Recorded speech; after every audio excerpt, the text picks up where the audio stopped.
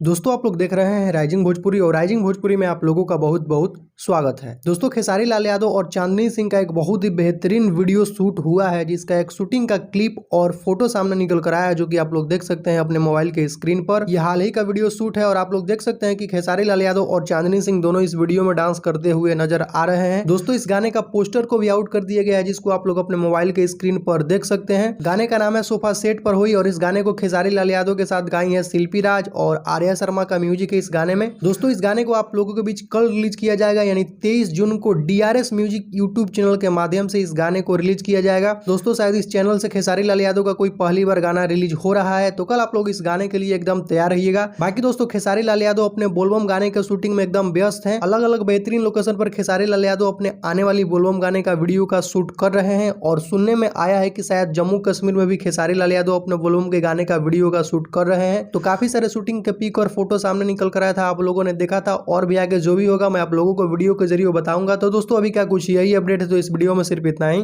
Video पसंद आया हो तो वीडियो को लाइक करें, चैनल पर नए हैं तो चैनल को सब्सक्राइब करके बेल आइकन को प्रेस करके नोटिफिकेशन को ऑल कर लें। तो मिलते हैं एक नए वीडियो में। Thank you so much.